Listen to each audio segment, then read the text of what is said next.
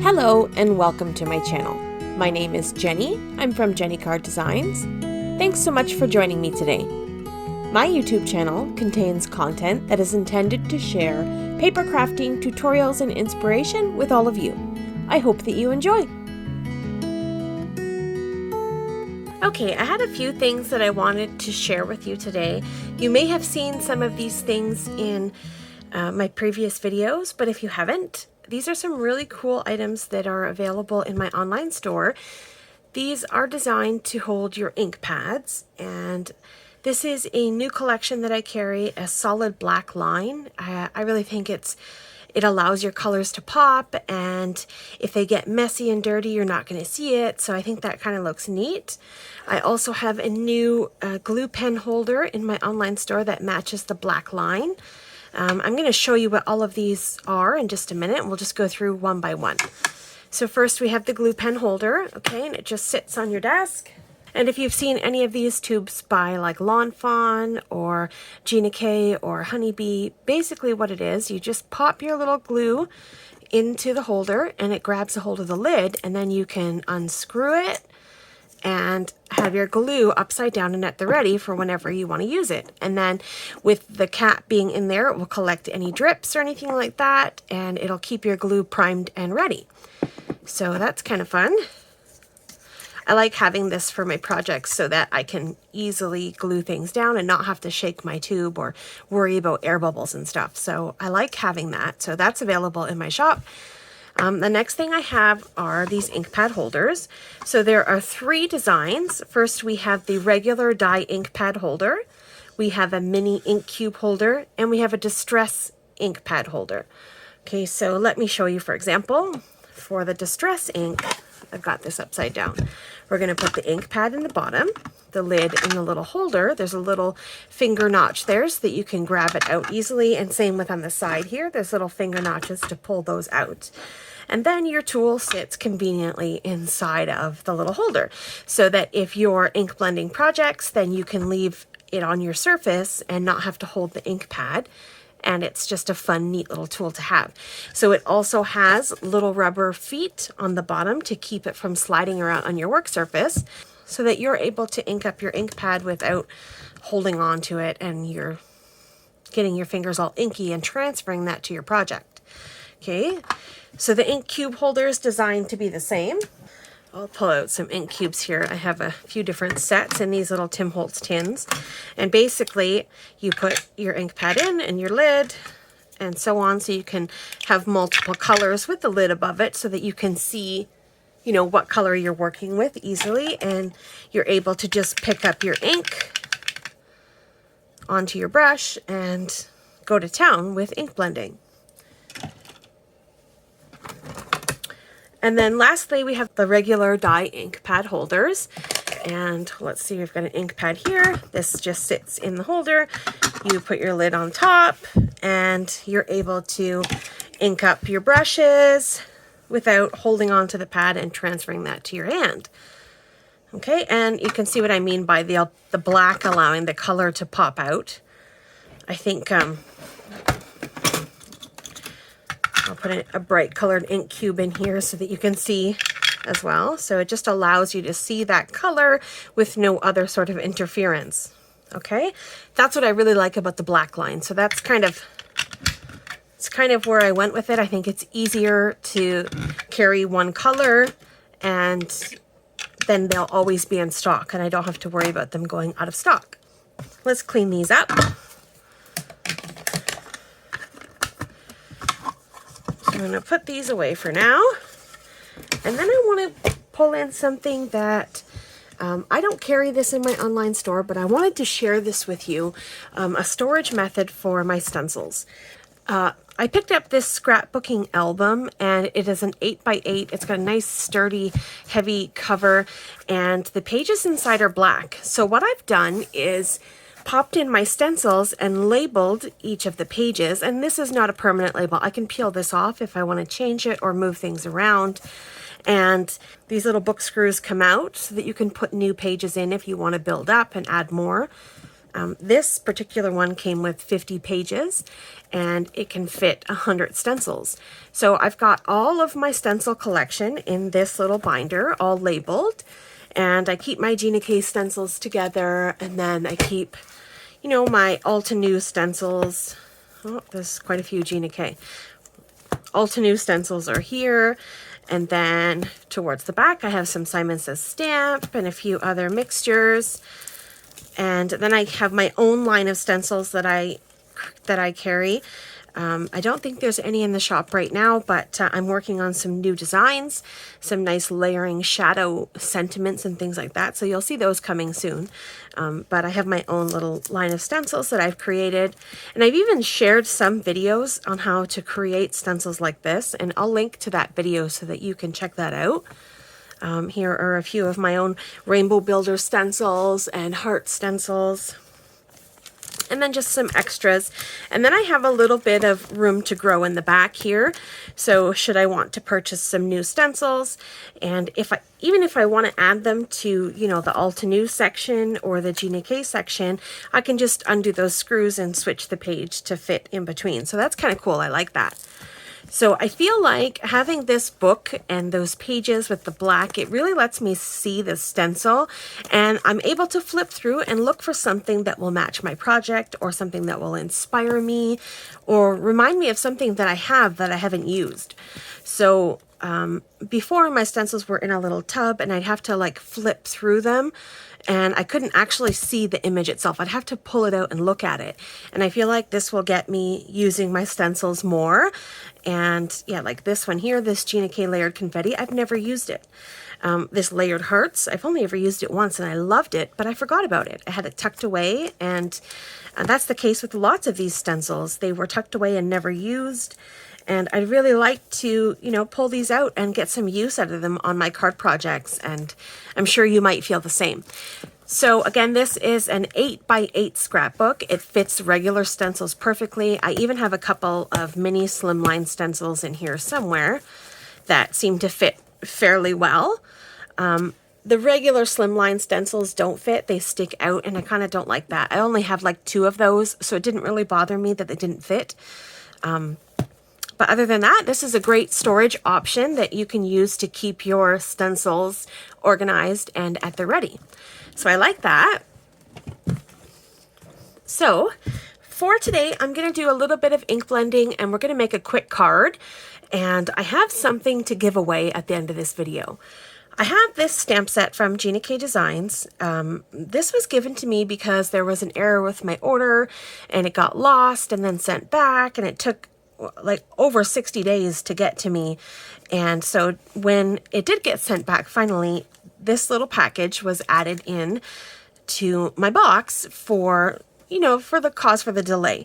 Now here's the thing. I already have this stamp set. This was gifted to me by Gina K a couple of years ago, and I have an extra one. So I thought we'd make a nice handmade card. I would use my stamp set that looks like this and then give this one away. In order to win this giveaway, you would first of all have to be subscribed to my channel. And second of all, leave a comment in the description down below to let me know that you want to be entered into the giveaway. And I will do a random selection. I'll use just a Google sort of number generator and pick a number between 1 and however many comments there are, and that's how I'll choose the winner. If you want to get in on winning this stamp set, this giveaway will be open to US and Canadian residents. And so let's get to making a card. Okay, so I've grabbed a couple of things. First, I have my own stamp, the 100% handmade. I'm going to put this on the back of my card. And so I've got a little silicone mat here. I like to use this for ink blending so that I don't get anything on my work surface.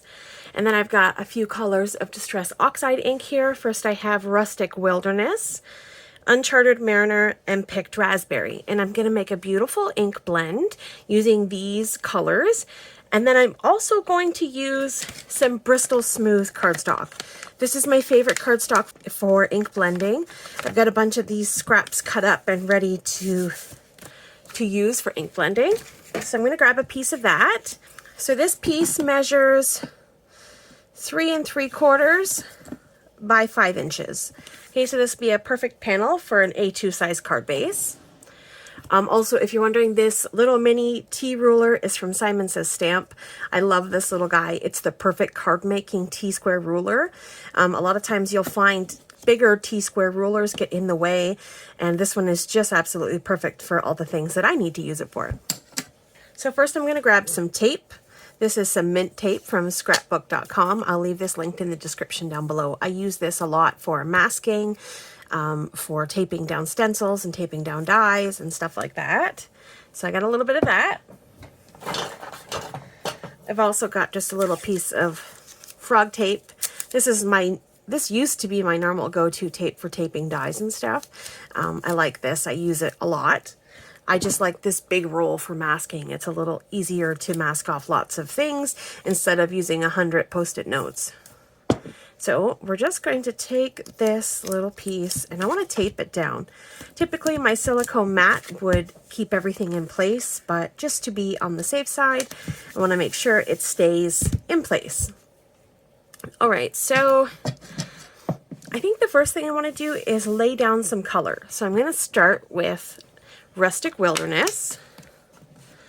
I'm just going to bring this in screen here so you can see what I'm doing. I'm going to ink up my tool, and I've got the foamed dauber ends on there. This is the Ranger foam domes and my Ranger ink blending tool. And I'm just going to come in on one side. I want to heavily saturate this side of the paper. I want a nice dark saturated color. And the trick to ink blending is making sure that you overlap your colors. So that looks really good so far. So I'm going to stop there for a moment and I'm going to move into my next color, which is going to be Uncharted Mariner. This will be the first time that I'm using this color. If you can tell from my ink dauber, it hasn't been used before. I stole one of my tools from one of my other colors. I don't have a tool for this guy yet. I like to keep a tool for each one of my distress inks because I use them so often and I love them so much. So I want to make sure that this is inked up nice and good. And then I'm going to start off the paper and blend onto my cardstock. Look at that, just went on there seamlessly. So I'm going to overlap onto that Rustic Wilderness. Wow, that's so pretty. And then I'm going to go back to my Rustic Wilderness and I'm going to bring it back in because it kind of got lost a little bit. So I'm going to re-ink blend that transition. Look at that. That looks really pretty. And then finally, my final color will be Picked Raspberry. So I'm going to ink up this tool and I'm going to make sure that I start on the left and get the color laid down before I mix into the Uncharted Mariner because I want to make sure that this is nice and bright saturated pink on this side. And then I don't want to contaminate my colors. So once I kind of mix into there, I know we're going to get like a purple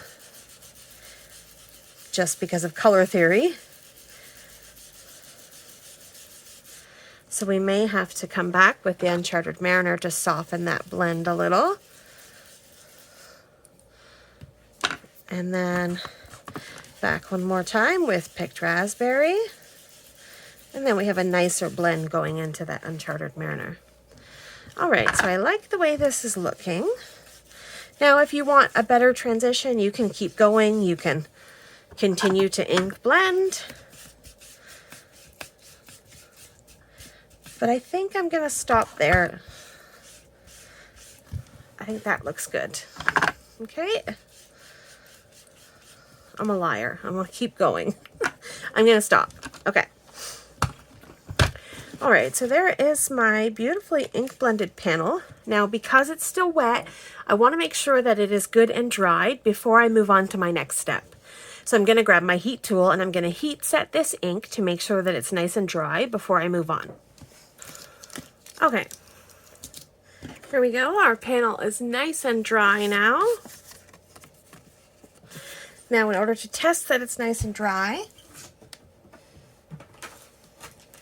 I'm going to use a little bit of white embossing powder just to see if it will still stick to my panel. And it's pretty good. The powder is not really sticking, So that's good. All right.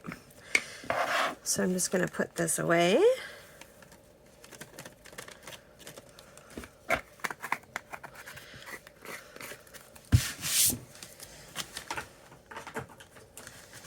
Now I'm going to leave a coffee filter out.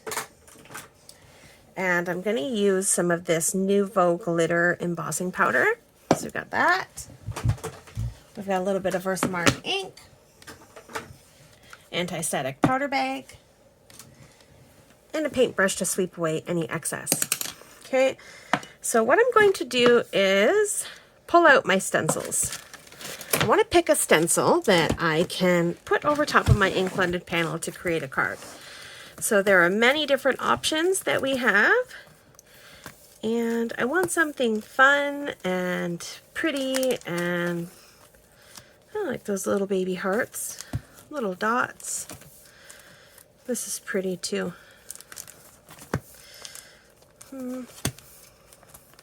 Haven't quite decided what I want to do. So I'm going to flip until I see something that sparks my interest. I kind of like that. I think that'll be cool. Let's try that. This is the Ulta Warp Speed stencil, and I'll show you how I'm going to use this. So I'm going to retape this back down to my work surface. Okay. And then I'm going to take my Warp Speed stencil, and I'm also going to tape that down. I kind of want to center this.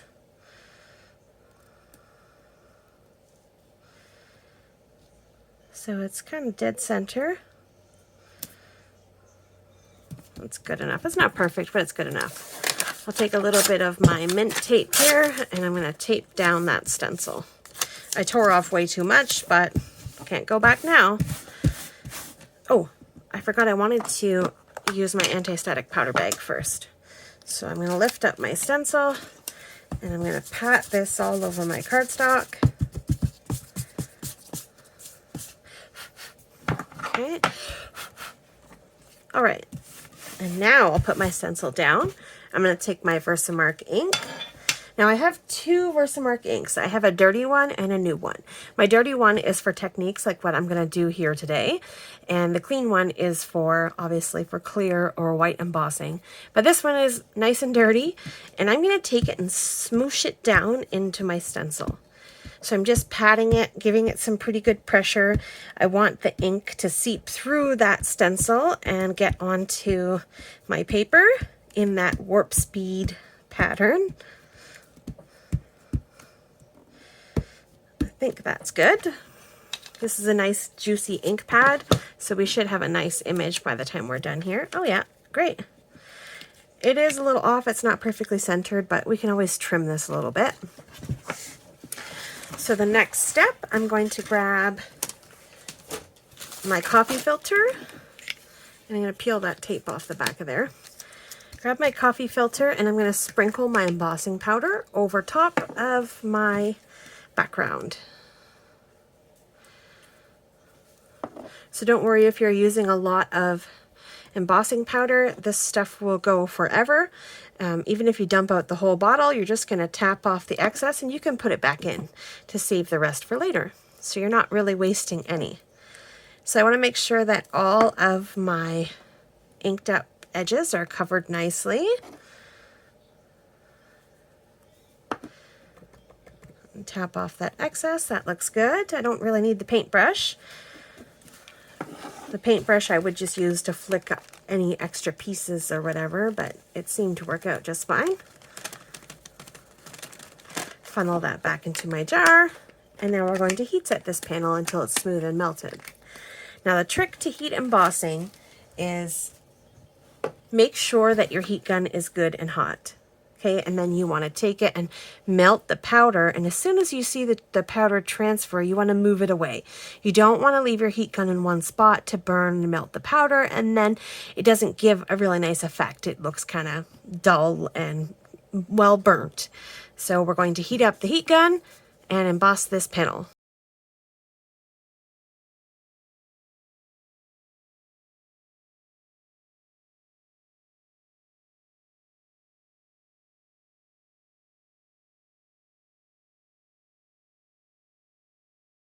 And there you go. Here's our beautiful heat embossed panel with all that sparkle on there. Love the way that looks. Now, because it's not centered, it's going to drive me nuts, so I'm going to crop it a little bit and fix that up. So I'm just going to grab my Tonic Studios paper trimmer, and I'm going to trim off, I think about a 1/4 inch. I think that's too much. Let's see, 1/4 inch. Oh no, that's good. So 1/4 inch off the side, and then I'm going to have to take a 1/4 inch off the top and the bottom. I think we'll go from the bottom. So about a 1/4 inch off the bottom so that it layers on my A2 size card base nicely. So I'll actually take 1/8 of an inch off the bottom and 1/8 of an inch off the top. So I'll do that. Then I'm not losing too much of my colors. Okay. So I've got something on my hand that's left some residue on my panel. I don't know. Maybe it's embossing powder or something, but it's left some finger marks onto my cardstock. So, you know, how can we fix that? When we make mistakes like that, how can we fix it? Typically, I would get some water and splatter water all over it, but I'm not going to do that. I'm going to see what I can do about saving it by grabbing my tool and just trying to ink over it. See if that helps at all. Yeah, it kind of does. I just don't want it to dull the embossing powder too much. So let's see if we wipe it away, if it brightens it back up. Oh, there we go. That's good. All right, so I'm going to continue that. Cover up my greasy fingerprints. And I'm just using the residual ink that's left on my ink blending tool, just to kind of go over that. And then I will grab my cloth here and wipe away any ink that resisted on the embossing powder. Here we go. Look at that beautiful color combination. That's gorgeous. Let's get that on a card. So I have an A2 size card base here, and I'm just going to pop that right on the center. I wonder if it needs some foam or something. Yeah, I think it's okay like that.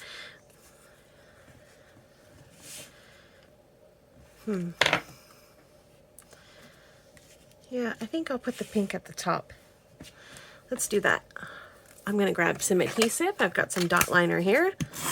And I'm just going to use my dot liner generously on the back of my panel.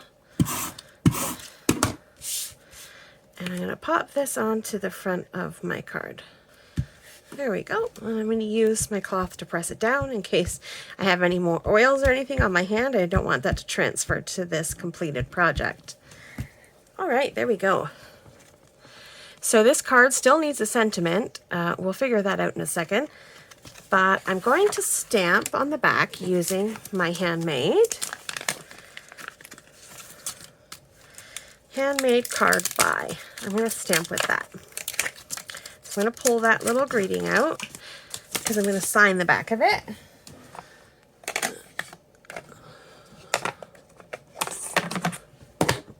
I usually stamp with Gina K ink. It's out of reach right now, so I'm just going to stamp with this Memento Tuxedo black ink. Feels like it's going to be a little dry. You know what? I'm going to switch to VersaFine Onyx black ink. I'll feel better about that. So I'm going to pop this kind of in the center, close to the bottom, where there's enough room for me to sign my name. Super cute, okay?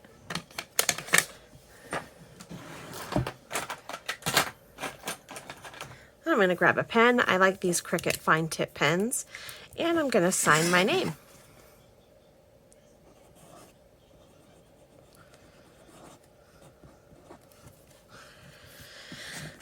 There we go. That's handmade by me. Handmade by me with an X and an O. And it still needs a greeting. I have some of these sentiments left over from a project the other day. This will be a video coming soon, but I have some of these sentiments left, and I think I might go and use To My Amazing Friend. I like that. We'll use that today. And I'm just going to grab some scissors and trim this out.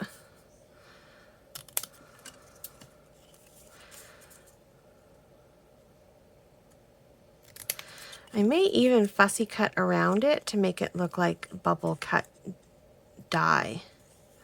Yeah, let's try that and see what it looks like.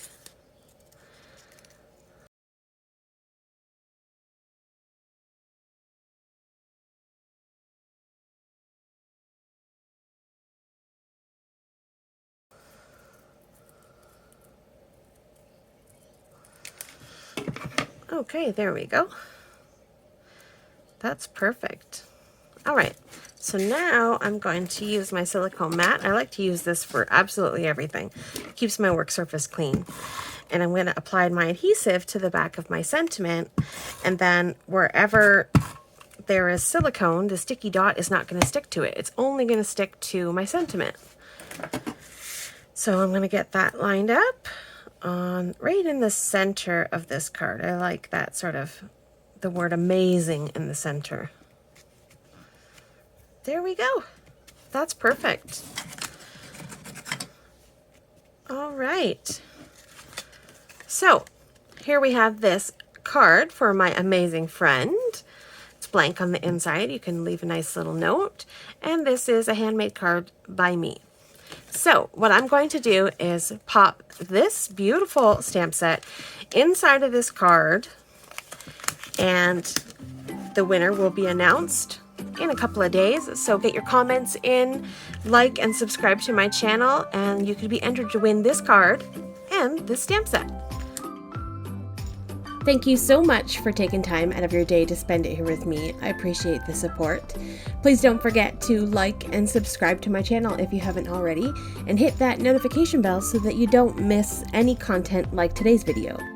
Coming up on screen is a video that I think you may enjoy that includes more Distress Oxide ink blending. Thanks again for joining me. Have yourself a lovely day, and I will see you in the next one. Bye!